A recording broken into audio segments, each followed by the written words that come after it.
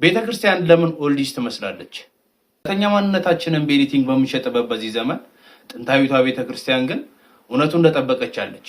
ራስን የመግዛት ሚስጥር ከዚህ ይጀምራል። እስቲ ይህንን ቪዲዮ ተመልክተን እንመለስ። አብራችሁን ቆዩ። የዘመናችሁ ሊመስላችሁ ይችላል።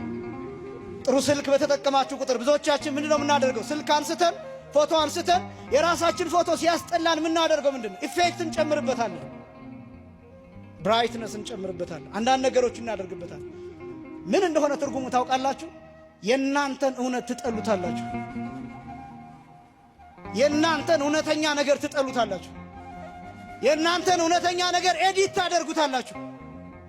እውነት ያልሆነውን እውነት አስመስላችሁ ትሸጡታላችሁ።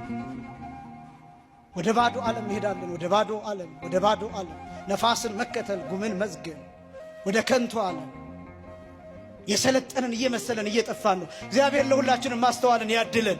ራስን መግዛት የሚባለው ይሄን መረዳት ነው። የመጀመሪያ ይሄን መረዳት መቻል።